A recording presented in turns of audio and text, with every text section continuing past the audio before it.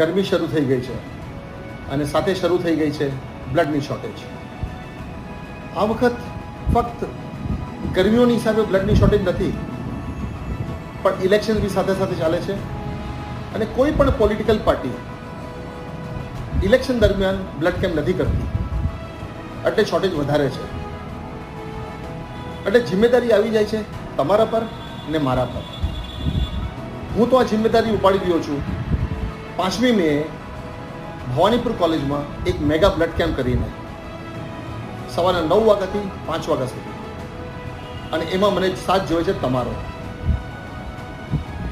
તમે તમારા પરિવાર સાથે, મિત્રો સાથે આવી બ્લડ ડોનેટ કરો અને આપણે બધા મળીને અમુક જીવનો બચાવીએ. કહીએ ને કે જીવનની દોડમાં તો આપણે દોડીએ જ છીએ, પણ કભી કિસી કી રગોं में दौड़ के देखो, अच्छा लगता है. Thank you.